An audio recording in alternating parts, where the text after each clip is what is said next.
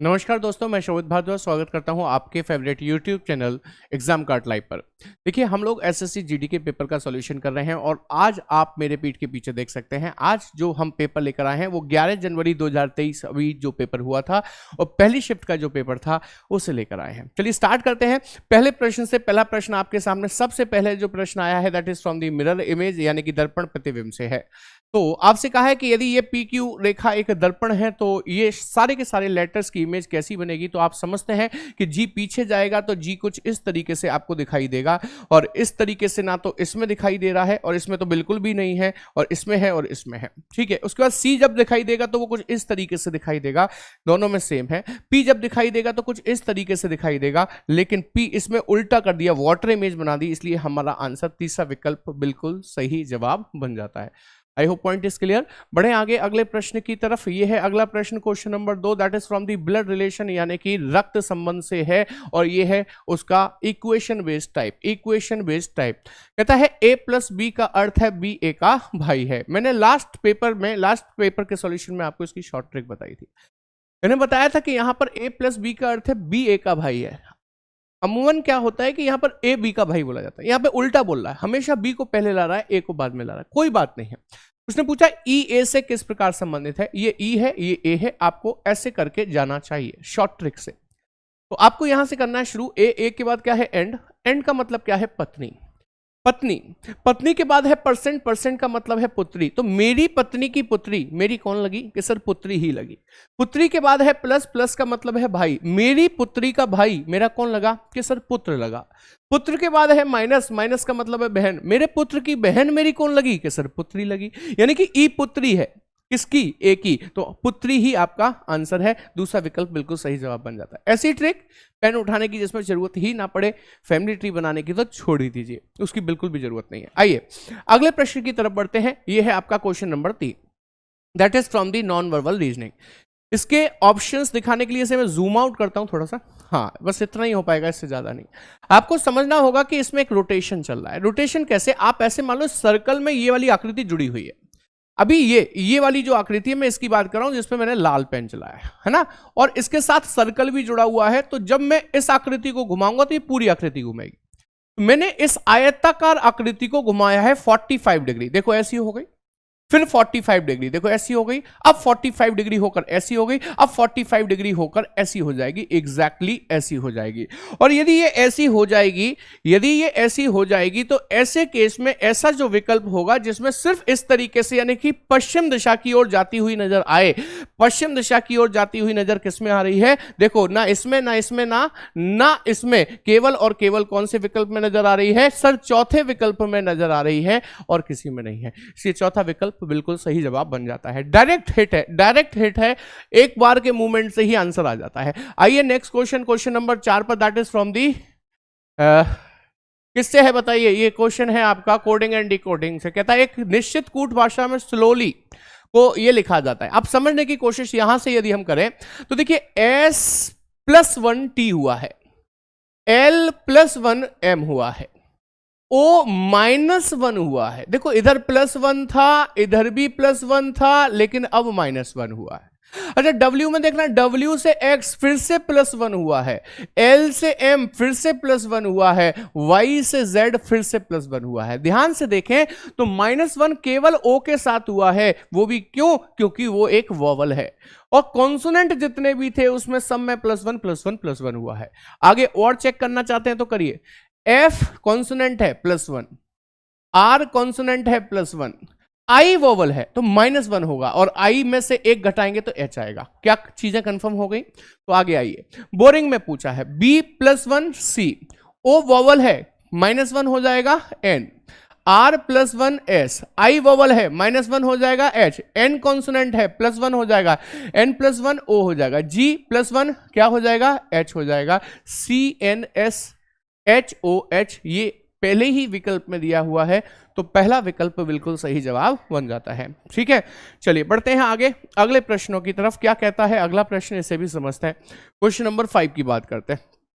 Question number 5, question number 5 में इन शब्दों को डिक्शनरी के ऑर्डर में अरेंज करने को कहा है। तो आप जानते हैं के आई, और सॉरी इसमें तो आई है ही नहीं, के सभी में कॉमन है, साइड कर दीजिए। अब देखिए आई आई एन आई आई में छोटा कौन के सर आई तो 1 2 3 4 में आया है, तो इन्हीं में से फर्स्ट सेकंड थर्ड फोर्थ निकलेंगे। आगे बढ़ते हैं इन्हीं में, इसमें एन है, इसमें टी है, इसमें एन है और इसमें एन है, तो टी तो बड़ा हो गया तो हम एन एन एन में से निकालेंगे। इसमें देखिए डी है और इसमें जी है, इसमें डी है, तो डी में से निकालेंगे।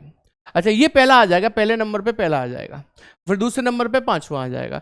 1 5 से शुरू होने वाला विकल्प चाहिए होगा, वो तो ये भी हो रहा है, ये दो तो नहीं हो रहे हैं, है ना। अब इसके बाद क्या आ जाएगा, उसके बाद सर 1 5 के बाद ये आ जाएगा जी वाला, है ना, तो 4 हो जाएगा, 1 5 4 हो जाएगा। और 1 5 4 से शुरू होने वाला चौथा विकल्प है, तो चौथा विकल्प बिल्कुल सही जवाब बन जाता है। डिक्शनरी के ऑर्डर में अरेंज करने के लिए हर सेट में एक क्वेश्चन आया है, बिल्कुल सेट हमेशा आया है। ये आ गया अगला प्रश्न आपका, जो कि क्वेश्चन नंबर 6 है, ये है स्लॉक से। सभी बैग रबर हैं, तो मैंने सभी बैग को रबर बनाना है, तो मैं कुछ इस तरीके से बनाऊंगा। सभी बैग क्या हैं, रबर है।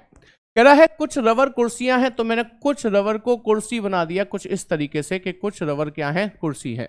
सभी कुर्सी मेज है, तो सभी कुर्सी को मैंने यहां पर मेज बना दिया, सभी कुर्सी क्या हो गई, मेज हो गई।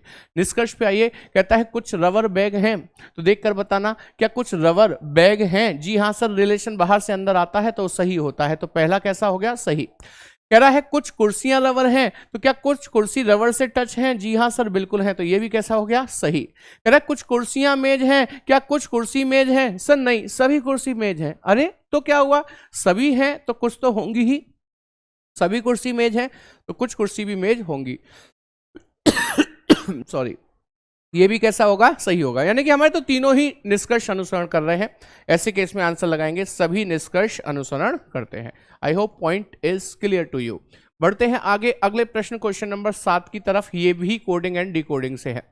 देखिएगा क्वेश्चन क्या कहता है, कहता है घोस्ट को लिखा है, या लिख देता हूं, घोस्ट को लिखा है JCRNW, ठीक है।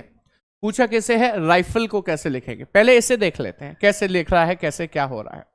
मेरे हिसाब से G से J हुआ है तो +3 हुआ है, H से C हुआ है तो -5 हुआ है, O से R हुआ है तो +3 हुआ है, S से N हुआ है तो -5 हुआ है, और T से W हुआ है तो +3 हुआ है, +3 हुआ है। हाँ, तो +3 -5 का पैटर्न चल रहा है, तो आप राइफल के साथ ऐसा ही करिए, RIFLE राइफल। क्या करना है, +3 -5 का चलेगा। +3 18 और 3 21 का मतलब U, -5 9 में से 5 गए तो 4 का मतलब हो जाएगा D। UD से शुरू होने वाला विकल्प आपके सामने एक ही है, पूरा कर लेते हैं। +3 होगा, I हो जाएगा, -5 होगा, 12 में से 5 गए 7 का मतलब G हो जाएगा, +3 होगा, 5 और 3 8 का मतलब H हो जाएगा। पूरा आंसर भी आपका इससे मैच कर जाता है, ठीक है। चलिए बढ़ते हैं अगले प्रश्न की तरफ, क्वेश्चन नंबर 8 की तरफ। ये है question number 8, that is from the sitting arrangement. Again sitting arrangement से है। कहता है 7 मित्र एक वृत्ताकार मेज के प्रतः मेज के केंद्र की ओर मुख करके बैठे हैं, तो ये रहे 1 2 3 4 5 6 7 लोग और केंद्र की तरफ मुख करके बैठे हैं। टी के और यू के ठीक बगल में बैठा है, तो टी को मैंने के और यू के ठीक बगल में बिठा दिया। आप जानते हैं के और यू आपस में अपनी जगह समय आने पर बदल भी सकते हैं। आगे कहता है एस के दाईं ओर है। अब के दाईं ओर, एस के ठीक दाईं ओर बगल में है, तो के ठीक दाईं ओर बगल में एस नहीं आ पा रहा, क्योंकि हमने के को गलत बिठा दिया है, हमने यू को गलत बिठा दिया है। एक्चुअली हमें के को यहां बिठाना चाहिए था, यू को यहां, तो एस के ठीक दाईं ओर बगल में आ जाता। आ जाएगा कि नहीं आ जाएगा। कह रहा है डब्ल्यू यू और एम के ठीक बगल में है, डब्ल्यू यू और एम के ठीक बगल में ऐसे आएगा, यू और एम के बगल में डब्ल्यू आ जाएगा। पूछा के बाईं ओर तीसरा कौन है, के का बायां 1 2 3, तीसरा कौन है, डब्ल्यू, और डब्ल्यू आपको दूसरे विकल्प में दिया है, तो दूसरा विकल्प बिल्कुल सही जवाब बन जाता है, ठीक है। चलिए बढ़ते हैं आगे अगले प्रश्न की तरफ। ये है क्वेश्चन नंबर 9 आपके सामने, ये रहा क्वेश्चन नंबर 9। क्या कहता है कि एक एनालॉजी का क्वेश्चन है, P से H हुआ है तो कैसे हुआ है, मेरे ख्याल से ऐसे नहीं हुआ है। ये P से Q हुआ है तो +1 है। अच्छा, A से C हुआ है तो +2 है, और E से H हुआ है तो +3 है ना, +1 +2 +3 ऐसे करके, +1 +2 +3 ऐसे ही, +1 तो G +2 तो F और +3 तो Q, यानी कि QFG आपका आंसर बन जाएगा, जो कि तीसरे विकल्प में दे रखा है। बहुत ही आसान से प्रश्न थे। पूरे सेट में यदि 20 क्वेश्चन है ना, 20 में से 17 से लेके 18 क्वेश्चन तो बेहद ही आसान है। एक या दो ही क्वेश्चन ऐसा है जो आपको फंसा कर रखेगा, ठीक है, या मतलब फंसा कर रखेगा भी नहीं कह सकते, वो एक सही शब्द नहीं होगा, मतलब थोड़ा सा प्रॉब्लम दे सकता है, समय ले सकता है आपका। चलिए अगला क्वेश्चन, क्वेश्चन नंबर 10 है, जो कि है नंबर सीरीज से आपके सामने। ये रहा क्वेश्चन नंबर 10। देखिए 6 लिखा है, 24 लिखा है, 60 लिखा है, 120 लिखा है। मुझे तो देखते ही ये नंबर्स कुछ ऐसे लगते हैं कि ये किसी ना किसी नंबर के स्क्वायर या क्यूब के आसपास है। जैसे कि 120, 125 5 का क्यूब, 60 64 4 का क्यूब, 24 27 3 का क्यूब। तो ये किसका क्यूब? सर ये 2 का क्यूब होगा 8, और उसमें से 2 ही घटा दीजिए 6। ये 3 का क्यूब होगा 27 और 3 ही घटा दीजिए 24। ये 4 का क्यूब होगा 64 में से 4 घटाइए 60। 5 का क्यूब 125 में से 5 घटाइए। 6 का क्यूब 216 में से 6 घटाइए 210। क्या हमारे ऑप्शन में है? हाँ 100% सर यही हमारा आंसर भी है। तो 210 इज द करेक्ट आंसर। तो हमारी आंखें ढूंढती हैं इन चीजों को कि क्या कुछ क्यूब है, स्क्वायर है, ये पैटर्न समझने की कोशिश करिएगा। चलिए बढ़े हैं आगे अगले प्रश्न 11 की तरफ। ये है 11वां प्रश्न, इक्वेशन को बैलेंस करने के लिए। हाँ, क्योंकि हमारे पास आंसर है, माइनस और डिवाइड को चेंज करने की कह रहा है, तो जहां माइनस है उसे डिवाइड लिख दो, और जहां डिवाइड है उसको माइनस कर दो, माइनस कर दो, बस। बोर्ड मास लगाओ। पहले 12 का 144 में भाग लगेगा, 12 ही बार जाएगा, प्लस 18 छेक कितना हो जाएगा? 108 हो जाएगा, माइनस के 24 हो जाएगा, बराबर के 96 हो जाएगा। इन दोनों को जोड़ेंगे तो 120 हो जाएगा। 120 में से 24 घटा दीजिए तो 120 में से 20 गए तो 100, 100 में से 4 गए तो 96, यानी कि 96 बराबर 96 हो जाएगा। That means LHS RHS equal हो गई। तो चौथा विकल्प ही बिल्कुल सही जवाब बन जाता है। ठीक है, चलिए बढ़ते हैं क्वेश्चन नंबर 12 की तरफ। ये भी सीरीज से है, बट ये लेटर की सीरीज है। देखिए x से y +1 है, यदि यहां भी +1 हो जाए तो z आ जाए, और फिर +1a +1b, सही है। z से शुरू होने वाले सारे विकल्प हैं। c से d, d से e, z e, तो ZE से शुरू होने वाले सारे विकल्प हैं। M से N, N से O, ZEO, ZEO से शुरू होने वाले ये 2 नहीं है, ये 2 है। अभी Q से R से S, यानी कि यहां S चाहिए जो कि इसमें है, इसमें नहीं है, तो दूसरा विकल्प बिल्कुल सही जवाब बन जाता है। यदि आपको मेरी स्पीड कम लगे तो 1.25 कर लीजिए, ज्यादा लगे तो 0.75 कर लीजिए। ठीक है, कोशिश कर रहा हूं एक एवरेज स्पीड के साथ चलूं, आपका समय भी बर्बाद ना हो और चीजें अच्छे से समझ में भी आ जाएं। ये मेरे नाखून हैं, मेरे नाखून हैं। ऐसे ही चील का क्या होता है? पंजा होता है, या मैं कहूं ये मेरी उंगलियां हैं। ऐसे ही चील का पंजा बोला जाता है और घोड़े का खुर बोला जाता है। खुर आपने देखा होगा ना, घोड़े के नीचे नाल ठोकी जाती है, किस में ठोकी जाती है? खुर में ठोकी जाती है, तो उसे खुर कहा जाता है। चलिए आंसर हो गया सेकंड। इसमें तो कुछ सॉल्यूशन की जरूरत नहीं थी, सामान्य जानकारी की जरूरत थी। आइए क्वेश्चन नंबर 14 पर, अल्फाबेट सीरीज से है। देखिए Q 17 पर S 19 पर +2 दिखाई देता है। अच्छा, S से 21 नंबर, 19 से 21 नंबर +2 दिखाई देता है। यहां भी +2 कर दूं, 21 और 2 23, 23 का मतलब W हो जाएगा। W से शुरू होने वाले ये वाले 2 विकल्प नहीं है, केवल 2 है। आगे बढ़िए। J से H -2 है, H से F -2 है, F से -2 करूंगा तो D हो जाएगा। W D से ये नहीं शुरू हो रहा, इसलिए तीसरा विकल्प बिल्कुल सही जवाब बन जाएगा। चलिए नेक्स्ट क्वेश्चन, अगला प्रश्न, क्वेश्चन नंबर 15 देख लेते हैं। आइए 15th क्वेश्चन क्या कहता है? पासे का सवाल है।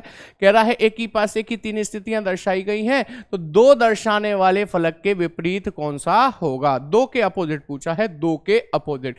किसके अपोजिट? 2 के अपोजिट पूछा है, तो 2 के अपोजिट निकालना है। तो आप देखिए इसमें 2 है और इसमें भी 2 है, वो भी सेम सतह पर है। इसका मतलब यह होता है कि 4 के अपोजिट 6 होगा, 5 के अपोजिट 1 होगा। मतलब ऊपर की सतह ऊपर के अपोजिट, राइट की सतह राइट के अपोजिट। तो फिर 2 के अपोजिट क्या हुआ? 2 के अपोजिट 2 तो नहीं हो सकता भाई। एक बात बताओ, 4 के 6 हो गया, 5 के 1 हो गया, तो 1 गया, 5 गया, 4 गया, 6 गया, बचा क्या? 3। तो इसका मतलब 2 के अपोजिट में क्या होगा, 3 होगा। उम्मीद करता हूं बात समझ में आ रही है आपको। कमेंट करते रहिए और बताते रहिए। बढ़ते हैं अगले प्रश्न की तरफ। अगला प्रश्न क्या है ये देख लेते हैं। Question number 16। इक्वेशन बैलेंस करने की बात आती है फिर से। पहला विकल्प उसने सही बताया है, इसी को उठा लेते हैं। यहां मल्टीप्लाई लगाते हैं, यहां पर प्लस लगाते हैं, यहां पर इंटू लगाते हैं, माइनस लगाते हैं, इक्वल्स टू लगाते हैं। बोर्ड मास के अकॉर्डिंग 180 ये हो जाएगा, मतलब गुणा हो जाएगा ना, प्लस 19 दूनी 38 ये हो जाएगा, माइनस 1 हो जाएगा, बराबर के 217 होना चाहिए। तो ये जोड़ लीजिए, 8 11 1 218 में से 1 गया तो 217 ही बचेगा, तो 217 बराबर 217 हो जाएगा। इक्वेशन बैलेंस्ड है, इसका मतलब पहला विकल्प 100% सही जवाब बन जाता है। इसमें कोई डाउट वाली बात नहीं है। क्वेश्चन नंबर 17 पर आइए। 17 ये बड़ा ही फेमस क्वेश्चन रहा भाई, जीडी में हर बार पूछा गया, हर बार पूछा गया। क्वेश्चन नंबर 17 जैसे प्रश्न हर बार पूछे गए थे, हर बार।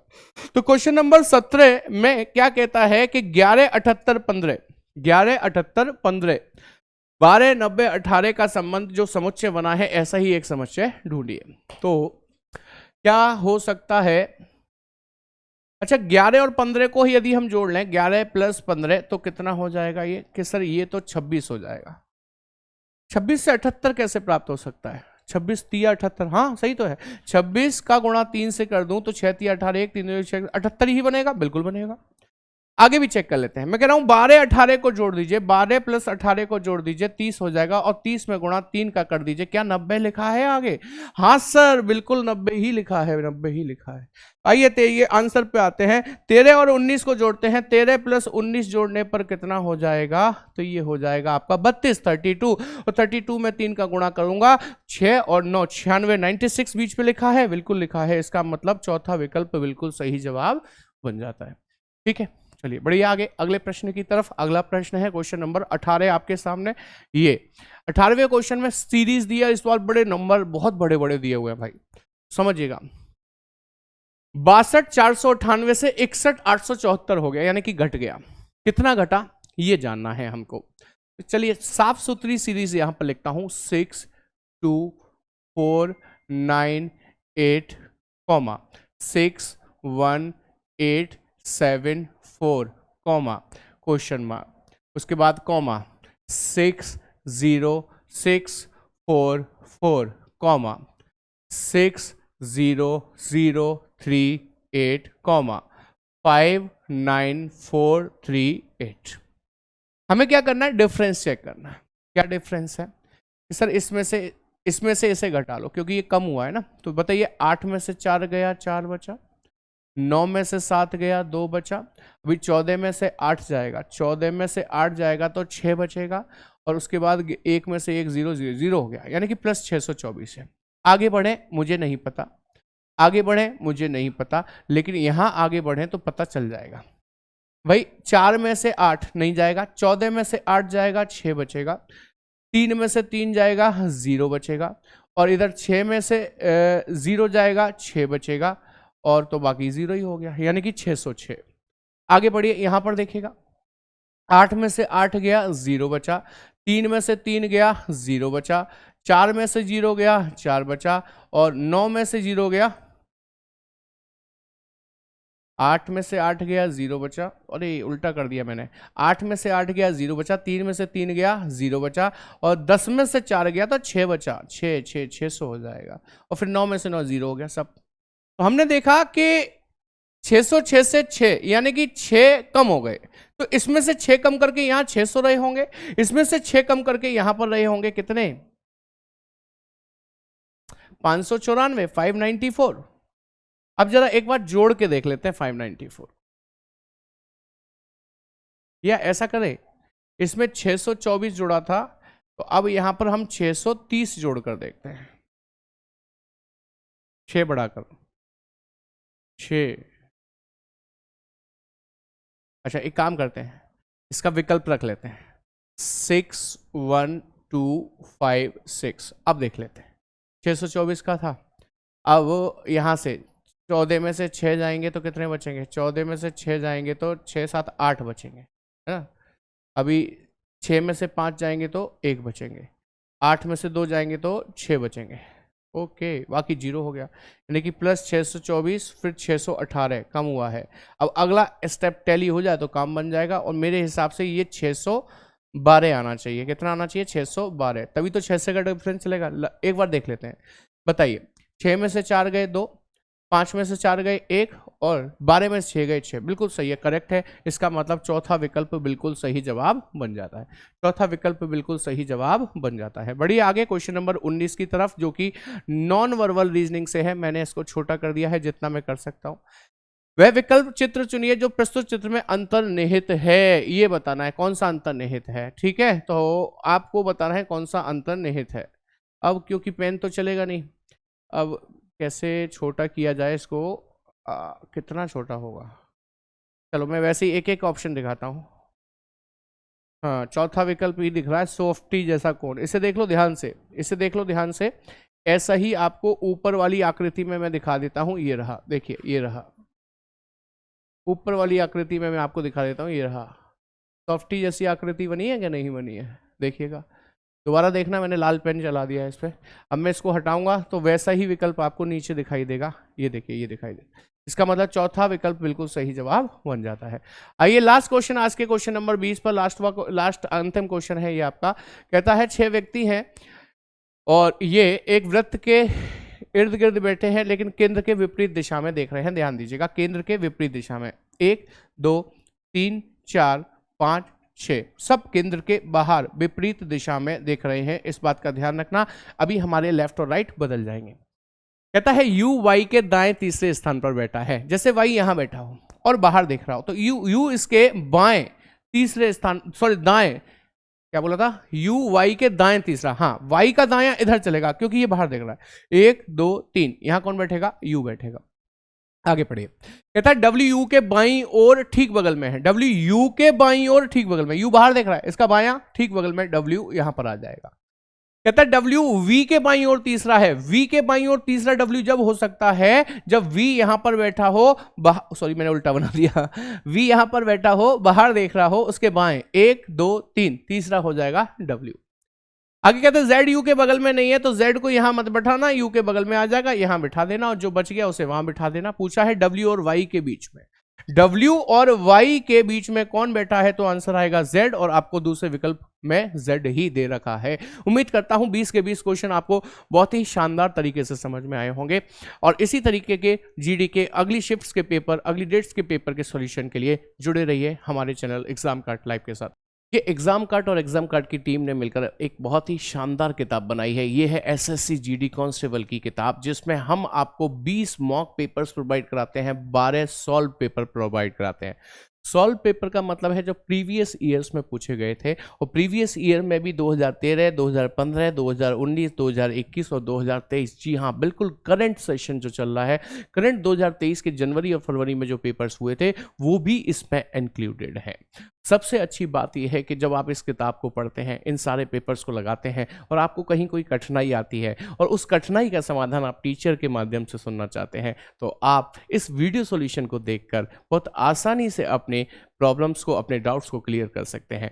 इस किताब को परचेस करने के लिए आपको जाना होगा एग्जाम कार्ड की वेबसाइट www.examcard.in पर। यहाँ पर जाएंगे और अपनी बुक को सेलेक्ट करेंगे, वहाँ पर परचेज करने के लिए ऑनलाइन पेमेंट करिए और घर बैठे बैठे इस किताब को मंगा लीजिए। आपको कहीं किसी मार्केट में जाने की ज़रूरत नहीं पड़ेगी।